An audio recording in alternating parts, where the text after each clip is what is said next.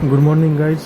આજે હું ઘરેથી થોડુંક દૂર જઈને વિડીયો ઉતાર્યો હતો. મેં ઓફિસ બાજુ જાઉં છું, તો ચાલો રસ્તાની મજા માણીએ અને જઈએ આગળ. જુઓ તમે પણ શું શું આવે છે મારા ઓફિસના રસ્તામાં.